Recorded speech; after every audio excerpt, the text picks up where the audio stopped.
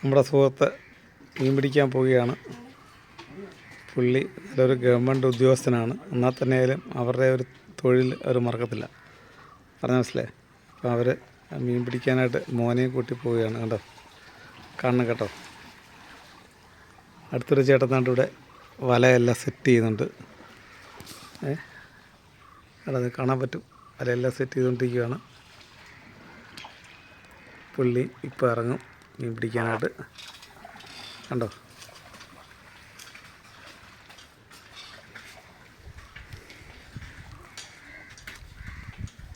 കാണാൻ പറ്റുന്നോ എനിക്കറിയില്ല. ഇവിടെ എനിക്ക് വെയിലാണ്, പക്ഷെ എന്നാലും ഇന്ന് കാണാൻ പറ്റുമെന്ന് വിശ്വസിക്കുന്നു.